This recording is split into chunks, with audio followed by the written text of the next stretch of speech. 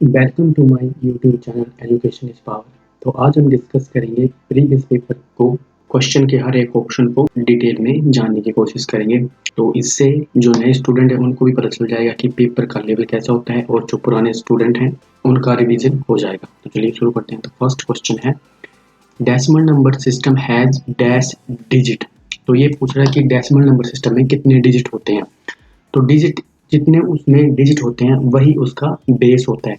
जैसे बाइनरी का बेस होता है 2, यहाँ पे आप देख रहे होंगे बाइनरी में, तो इसका जो ये 2 है ये बेस है, तो उसमें 2 ही डिजिट आते हैं 1 और 0 बाइनरी में। उसी तरह डेसिमल का जो उसमें डेसिमल नंबर सिस्टम में जो डिजिट होते हैं वो होते हैं 10 डिजिट होते हैं 0 से लेके 9 तक। 2 होते हैं बाइनरी में और 16 होते हैं हेक्साडेसिमल में। 9 किसी में भी नहीं होते। ऑक्टल में 8 होते हैं 0 से 7 ऑक्टल में, और 16 0 से 9 और A से F। तो जितने उसमें डिजिट होते हैं वही उसका बेस होता है, इस बात का ध्यान रखना।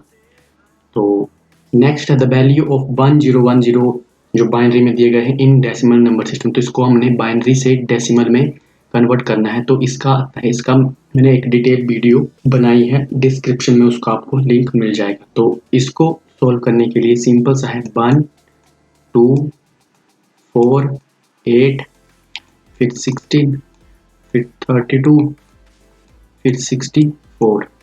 तो 1 0 1 0 है, तो राइट साइड से हम 0 1 0 1, तो हम इन 4 को ही लेंगे। तो जो जहाँ पर 0 है हम उसको नेगलेक्ट कर देंगे, और जो 1 1 है हम उनको ऐड कर देंगे। 8 और 2 हो जाएंगे 10। तो ये डेसिमल में कन्वर्ट हो गया। तो जो ये बाइनरी हमें दिए गए थे इसकी जो वैल्यू है डेसिमल नंबर सिस्टम में वो है 10। इसी तरह अगर आपके पास जो भी दिए हो, आप 1 2 4 8 16 32 64 बस 1 1 वाले आपने ऐड करने हैं, 0 वाले नेगलेक्ट कर देने हैं। तो इससे आपको इजीली आप डेसिमल से बाइनरी से डेसिमल में कन्वर्ट कर सकते हो। नेक्स्ट है थर्ड क्वेश्चन है, which of the following is not a valid hexadecimal number. तो हेक्साडेसिमल में मैंने आपको बताया 0 से 9 तक चलता है और A से F तक। तो जो भी F से आगे आएगा, जैसे G आएगा, आपको यहाँ इसी में G दिख रहा है तो वो गलत होगा, यानी A से F तक ही अल्फ़ाबेट आने चाहिए। तो B A D, तो A से F के बीच आ रहे हैं B E G, G जो है वो F के आगे आता है। तो ये जो है वो वैलिड हेक्साडेसिमल नंबर नहीं है। 0 से 9 तक, यहाँ तक ये 10 हो जाते हैं और आगे ये 6 होते हैं। तो 10 + 6 तो 16 हेक्साडेसिमल में 16 डिजिट आते हैं, और 0 से 9, और A जो होता है वो 10 होता है, और इसी तरह F जो होता है वो 15 होता है। B C 11 12 13 ऐसे आप कैलकुलेट कर लेना। तो इसका जो राइट आंसर है वो है B E G। Next, a binary number can be easily converted to equivalent hexadecimal number by forming groups of dash successive bits starting from LSB। तो अब यहाँ पर LSB होता है लीस्ट सिग्निफिकेंट बिट्स, और MSB होता है मोस्ट सिग्निफिकेंट बिट्स। तो इन बातों का ध्यान रखना, फुल फॉर्म का ध्यान रखना। तो इसमें पूछ रहा है कि अगर हमें हेक्साडेसिमल को बाइनरी में कन्वर्ट करने के लिए हमें जो वहाँ पर कितने बिट्स का एक हेक्साडेसिमल डिजिट बनाना होता है। तो हेक्साडेसिमल में हम 4 बिट का यूज करते हैं। 4 सक्सेसिव बिट्स का एक ग्रुप बनाते हैं, फिर उसको हम बाइनरी में कन्वर्ट करके उसका हेक्साडेसिमल निकालते हैं। तो हेक्साडेसिमल और बाइनरी के बारे में मैंने एक डिटेल वीडियो बनाई है जिसका डिस्क्रिप्शन में आपको लिंक मिल जाएगा। वहाँ पर जाकर आप उसको इजीली समझ सकते हो कि कैसे कन्वर्ट करना है, इजीली तरीके से बताया ट्रिक के साथ।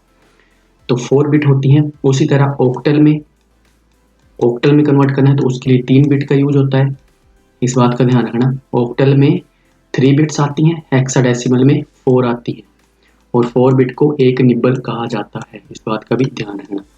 4 की जगह 1 निब्बल भी लिखा हो सकता है। नेक्स्ट है, what does MSB mean in binary number system. तो मैंने आपको पहले बता दिया, LSB लीस्ट सिग्निफिकेंट बिट और MSB most significant bit. Next है, what is the default text alignment in MS word. तो MS वर्ड में जो डिफॉल्ट टेक्स्ट अलाइनमेंट होती है वो होती है लेफ्ट। इसका राइट आंसर होगा लेफ्ट। और इसी के साथ साथ इसमें 4 अलाइनमेंट आपको देखने को मिलती हैं, राइट, लेफ्ट, सेंटर और जस्टिफाइड। तो कंट्रोल प्लस आर करेंगे तो राइट, कंट्रोल प्लस एल करेंगे तो लेफ्ट, कंट्रोल प्लस ई करेंगे तो सेंटर और जे करेंगे तो जस्टिफाइड। बाकी तो ये जे से जस्टिफाई, एल से लेफ्ट, आर से राइट, और बस आप सेंटर का ध्यान रखना, यहाँ पर कंट्रोल प्लस ई का यूज होता है।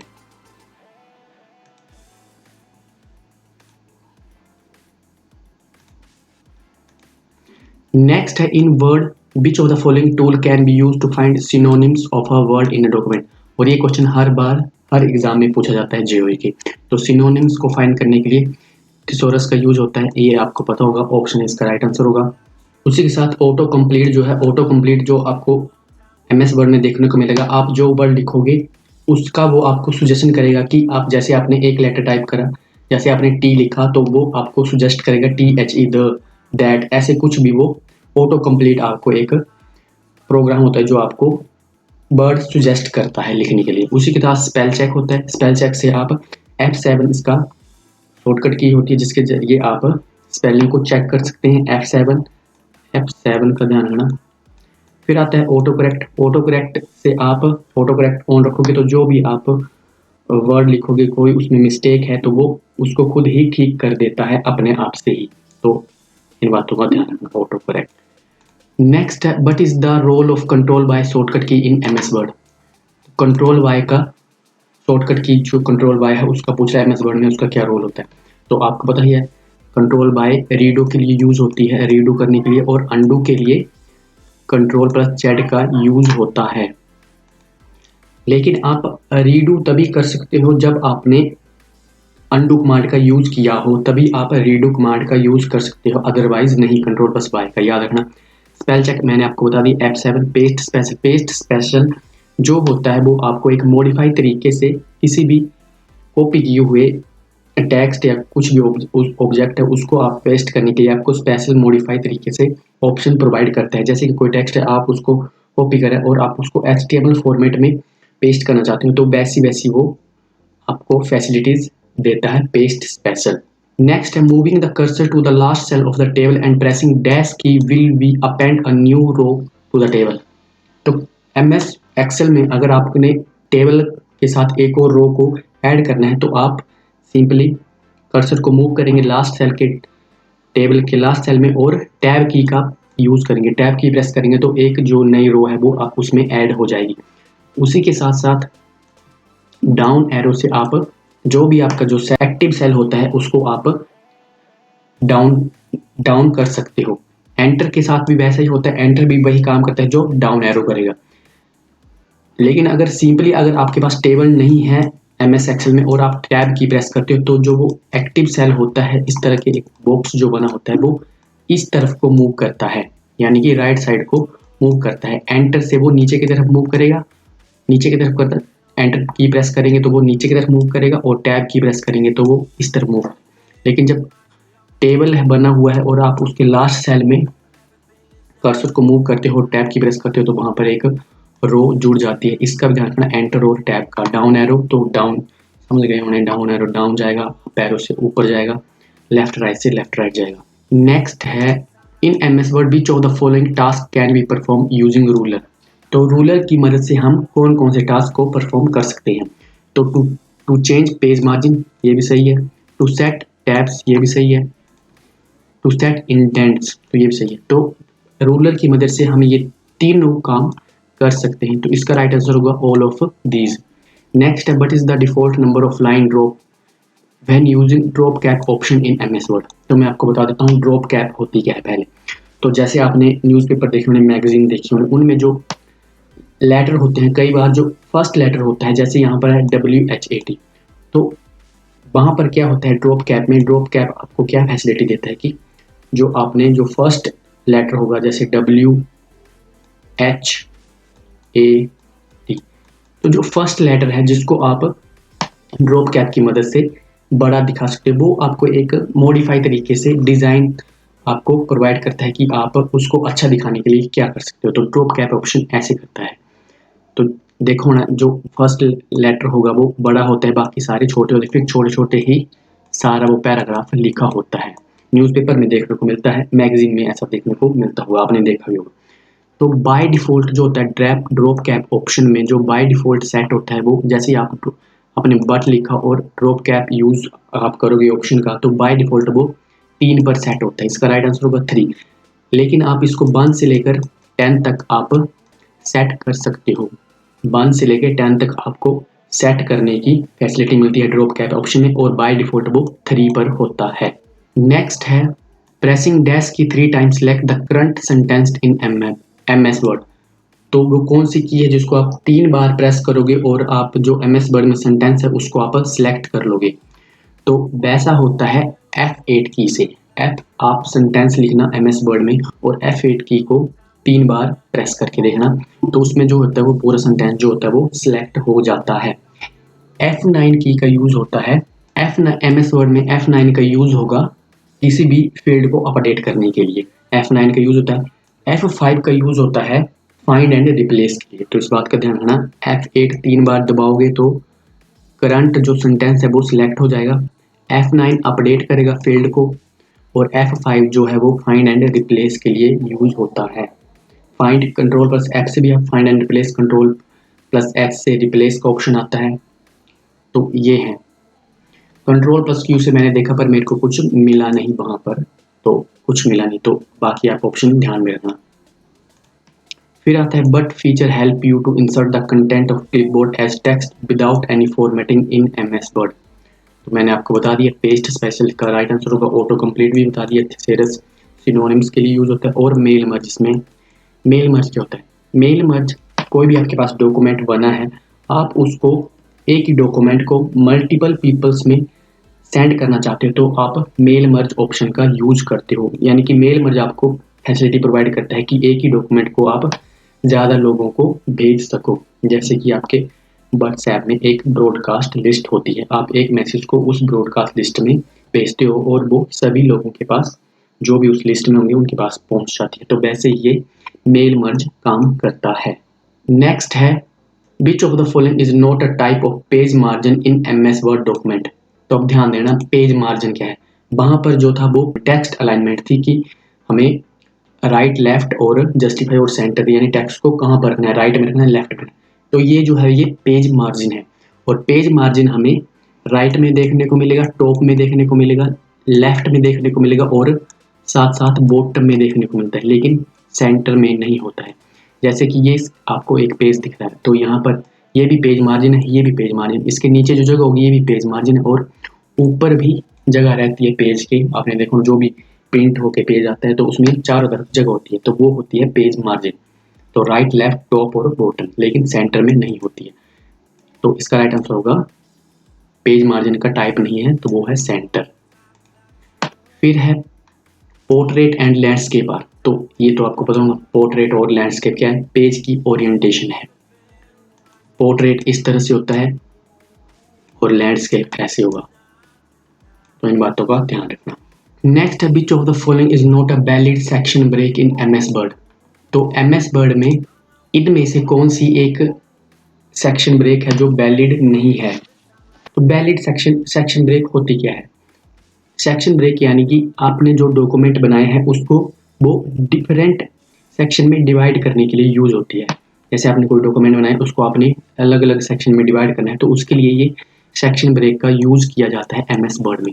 तो इसमें जो होते हैं वो कंटिन्यूस सेक्शन ब्रेक होती है, नेक्स्ट पेज सेक्शन ब्रेक होती है, ओड होती है और इसी के साथ होती है इवन, लेकिन प्रीवियस पेज सेक्शन ब्रेक नहीं होती है। तो इसका राइट आंसर होगा प्रीवियस पेज। तो यहाँ ध्यान रखना कॉन्टिन्यूस नेक्स्ट पेज आएगा, फिर कॉन्टिन्यूस आएगा, फिर इवन आएगा, फिर ओड आएगा। इवन ओड दोनों ही इक्वल ऑपोजिट हैं एक दूसरे के, तो इवन ओड पेज इससे याद रखना और नेक्स्ट और कंटिन्यूस प्रीवियस नहीं होगा, इस बात का ध्यान रखना। नेक्स्ट है in MS Word the list of recipient in mail merge is known as. तो जो मेल मर्ज में जो लिस्ट होती है लोगों की, जिन मैंने आपको बताया कि एक पर एक ही डॉक्यूमेंट ज़्यादा लोगों को सेंड करना है, तो वो जो लिस्ट होगी उसको कहा जाता है डेटा सोर्स। इस बात का ध्यान रखना, जो मेल मर्ज की जो रेसिपिएंट्स की लिस्ट होती है उसे कहा जाता है डेटा सोर्स। फिर नेक्स्ट है what is the wild card that matches one or more occurrence of a pattern in MS Word. Search. तो वाइल्ड कार्ड जो होते हैं MS ऑफिस में, वो आपको कुछ भी अगर आपने वर्ड जो में डॉक्यूमेंट में उसमें कुछ सर्च करना है, वो उसके लिए एक फैसिलिटी प्रोवाइड करते हैं। तो इसका जो क्वेश्चन का जो राइट आंसर है वो जो उसका है एस्ट्रिक, ऑप्शन डी इसका राइट आंसर होगा। एस्ट्रिक क्या करता है?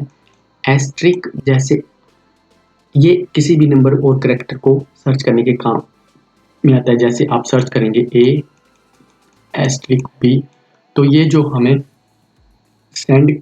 हमें रिजल्ट देगा वो देगा AB और देगा उसी के साथ AHEAD।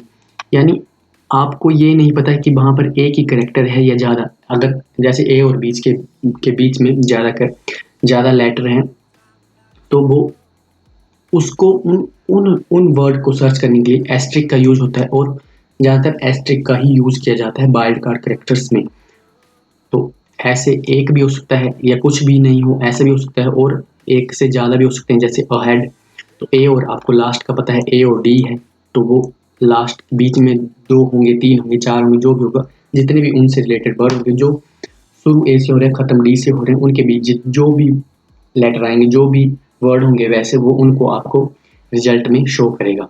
उसी के साथ साथ आता है question mark. Question mark show करता है कोई आपको, जैसे आपको फर्स्ट और लास्ट पता है और बीच का एक लेटर का नहीं पता, जैसे H क्वेश्चन मार्क फिर T, तो ये जो रिजल्ट देगा वो देगा HAT या HOT। तो इस तरह से अगर एक सर्च करना है तो क्वेश्चन मार्क का यूज़ करेंगे, अगर आपने एक से ज़्यादा करना है तो एस्ट्रिक का यूज़ करेंगे। उसी के साथ आता है एट द रेट क्या करते हैं, जिस लेटर होगा कोई भी एक, जो भी अल्फ़ाबेट होता है वो डबल हो, जैसे COR फिर एट द रेट लगा दिया AL, तो ये जो आउटपुट में देगा ये देगा CORRRAL। तो ये जिसके साथ आप लगाओगे, R के साथ मैंने एट द रेट लगाया, तो वो उसको डबल करके देगा, यानी कि इससे रिलेटेड जो भी वर्ड होंगे वो उनको आपको रिजल्ट में शो करेगा। तो वाइल्ड कार्ड सर्च के लिए यूज़ किए जाते हैं ये MS वर्ड में, तो इन बातों का ध्यान रखना। फिर नेक्स्ट है, what is the shortcut key in MS Word to insert a manual line break. तो अगर MS वर्ड में आपको मैनुअल लाइन ब्रेक करनी है, तो इसके लिए जो शॉर्टकट की है वो है option B, shift plus enter key. Shift plus enter key से आप मैनुअल लाइन को ब्रेक कर सकते हो, MS वर्ड में शॉर्टकट की है। उसी के साथ कंट्रोल प्लस एंटर जब मैंने MS वर्ड में यूज़ करा, तो कंट्रोल प्लस एंटर क्या करता है कि जैसे आपके डॉक्यूमेंट में एक से ज़्यादा पेज हैं, तो वो कंट्रोल प्लस एंटर करते ही आप एक पेज से नेक्स्ट पेज में चले जाओगे, जो भी उसका फर्स्ट लेटर होगा वहाँ पर आपके कर्सर को ले जाता है कंट्रोल प्लस एंटर। फिर से दबाओगे तो वो नेक्स्ट पेज के जो फर्स्ट लेटर होगा, जहाँ से लिखना स्टार्ट करते हैं, वहाँ पर आपके कर्सर को ले जाता है कंट्रोल प्लस एंटर। इस बात का भी ध्यान रखना। बाकी मुझे कंट्रोल ऑल्ट प्लस एंटर नहीं मिला और ऑल्ट प्लस एंटर भी नहीं मिला, उससे कुछ नहीं हुआ MS वर्ड में। नेक्स्ट क्वेश्चन है, what is key combination use to move back to previous level of numbering bullet in MS word. तो इसका जो राइट आंसर होगा, अगर आपने जो भी नंबरिंग लिखी है या बुलेट्स लगाए हैं, उनको आपको मूव बैक करना है, प्रीवियस लेवल में लेके जाना है। जैसे आपने 1 2 3 4 लिख दिया, 4 तक लिख दिया, आपको 4 हटाना है और 3 में लाना। तो जो आपको जो प्रीवियस लेवल में आने के लिए आपके ने जो मूव करा है, उसको बैक करने के लिए शिफ्ट प्लस टैब की का यूज किया जाता है नंबरिंग और बुलेट्स को प्रीवियस लेवल में लाने के लिए। तो शिफ्ट प्लस टैब की का यूज होता है, इस बात का ध्यान रखना। नेक्स्ट है, font size are generally measured in point which is equal to dash of an inch. ये क्वेश्चन भी कई बार पूछा गया है एग्जाम में। तो इसका राइट आंसर होता है 1/72। तो जो फॉन्ट साइज होता है उसको, जो फॉन्ट साइज का पॉइंट होता है उसको, एक पॉइंट को मेजर किया जाता है 1/72 ऑफ एन इंच के इक्वल किया जाता है उस फॉन्ट साइज के पॉइंट्स। इस बात का ध्यान रखना, 1/72। बाकी में बताने कुछ नहीं है। What is the paper size of an A4 paper sheet. तो जो A4 पेपर शीट होती है उसका जो साइज होता है वो होता है 210 mm इंटू 297 mm। तो A4 शीट का ध्यान रखना 210 mm इंटू 297 mm। और इसको इंचेस में भी ध्यान रखना, तो इंचेस में होता है ये 8.27 इंचेस। तो इंचेस को डिनोट करने के लिए ऐसे डबल कोट्स का यूज होता है, तो इसका ध्यान रखना, इंचेस इंटू 11.69 इंचेस। तो आप इंचेस में भी ध्यान रखना, यहाँ पर mm पूछा है तो वो आपसे इंचेस में भी ऑप्शन में नेक्स्ट बार जो एग्जाम होगा उसमें वो एग्जामिनर आपसे ऐसे भी पूछ सकता है। इसी के साथ साथ ये तो A4 पेपर सीट का हो गया, इसी के साथ साथ आता है लेटर। जो लेटर साइज की सीट होती है उसका जो साइज होता है वो भी आप लिख लेना, 215 mm इंटू 279 mm। ये लिखना जा रहा ढंग से, इसमें 215 mm इंटू 279 mm, ये भी ध्यान रखना। और इंचेस में इंचेस में होगा ये 8.5 लेटर, 8.5 इंच इंटू 11 इंच। तो इस बात का ध्यान रखना, इन नोट कर लेना आप। A4 पेपर सीट का और लेटर जो होता है, लेटर वाली सीट जो होती है उसका जो साइज होता है वो। बाकी मैं आपको और भी सीट होती है, A3 होती है, A2 होती है, उनका भी साइज मैं आपको बता दूंगा MCQs वाली वीडियो में। नेक्स्ट है, a computer can perform complex calculation with the same speed and accuracy from the start till the end without getting tired. This characteristic of computer system is called.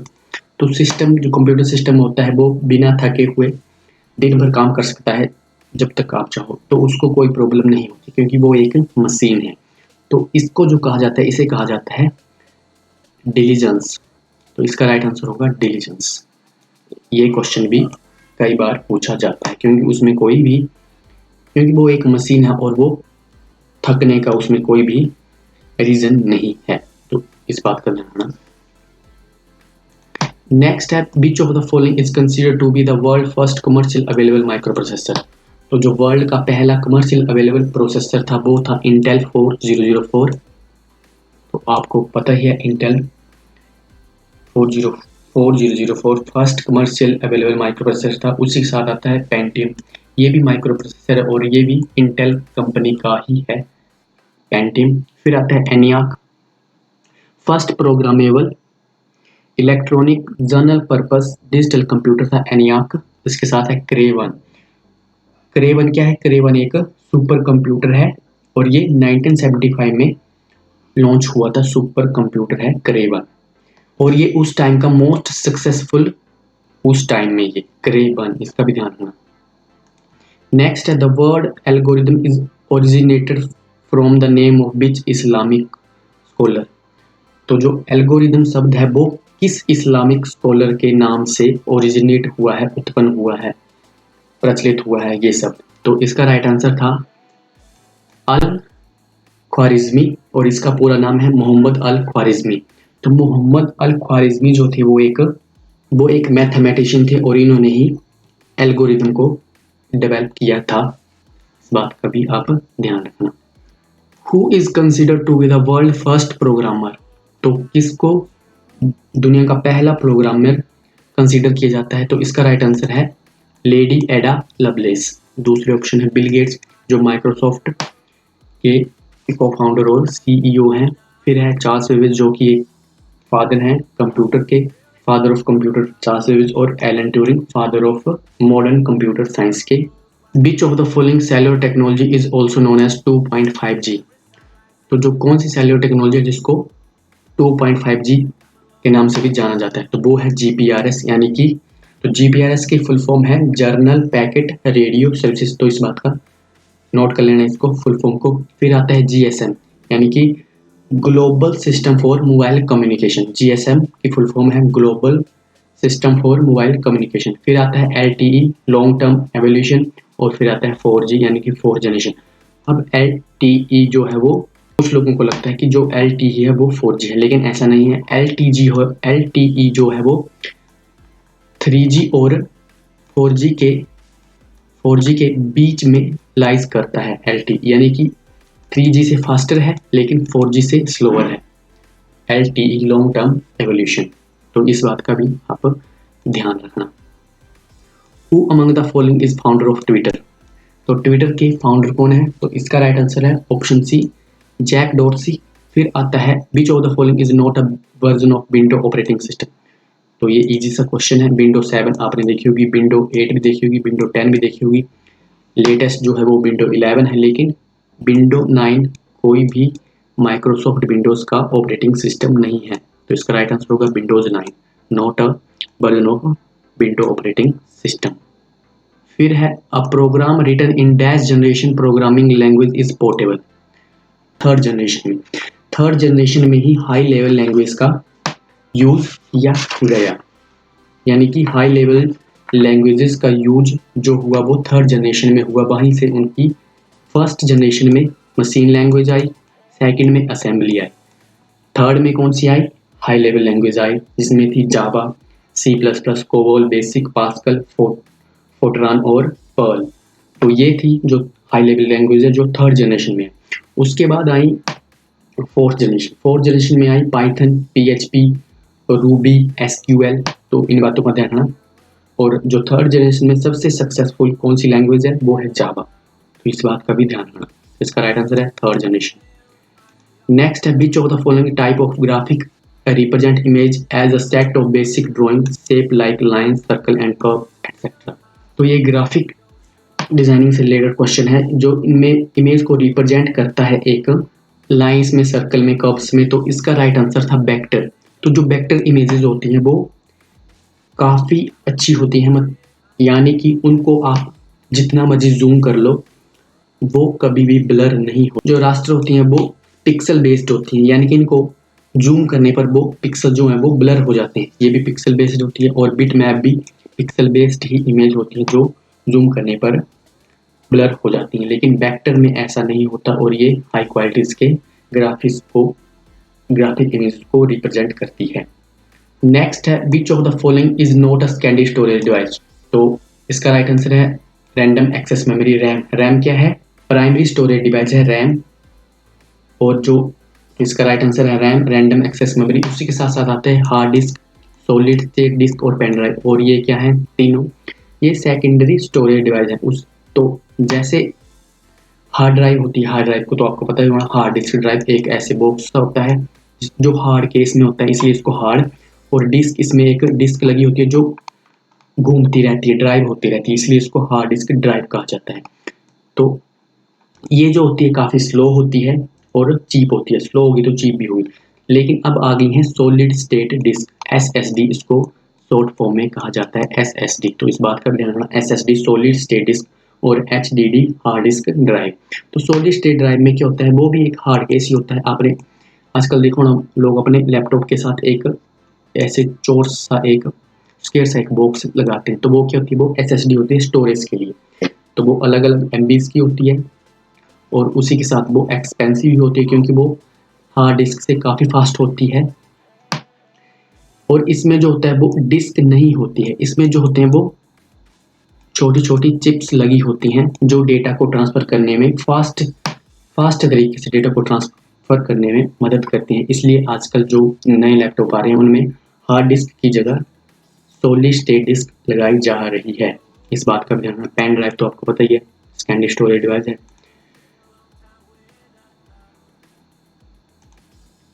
Next है which of the following is cloud based file storage service provide by Google. तो जो cloud storage होती है जो हमें Google provide करता है वो है गूगल ड्राइव। ऑप्शन सी इसका राइट आंसर होगा। उसी के साथ साथ गूगल स्लाइड, जैसे कि माइक्रोसॉफ्ट की प्रेजेंट पावर पॉइंट है, प्रेजेंटेशन के लिए यूज होता है, उसी तरह गूगल का अपना है प्रेजेंटेशन करने के लिए गूगल स्लाइड।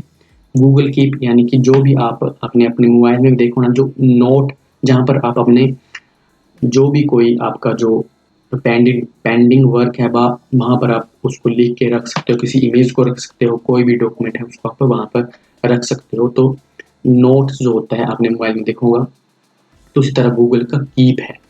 गूगल ड्राइव तो बता दी मैंने, cloud based file storage service है, आपने देखी होगी। यहाँ पर आप अपने जीमेल, फिर जो भी गूगल ड्राइव उसमें आप इमेजेस वगैरह, अपने डॉक्यूमेंट वगैरह को रख सकते हो और उसको ऑनलाइन एक्सेस भी कर सकते हो गूगल की मेल के थ्रू।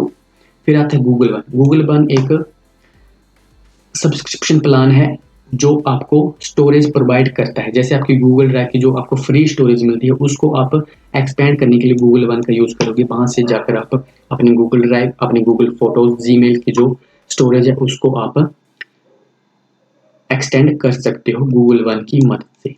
नेक्स्ट है desktop and laptop computer are also known as. तो डेस्कटॉप और लैपटॉप कंप्यूटर जो होते हैं उन्हें कहा जाता है माइक्रो कंप्यूटर। तो इस बात का ध्यान रखना। फिर आता है मेन फ्रेम कंप्यूटर और सर्वर कंप्यूटर। तो सर्वर कंप्यूटर का यूज जो होता है वो, सर्वर कंप्यूटर जो सर्विस प्रोवाइड करते हैं वो दूसरे जो अदर कंप्यूटर है उनको, उनके लिए वो सर्व करते हैं, उनको इन्फॉर्मेशन प्रोवाइड करते हैं।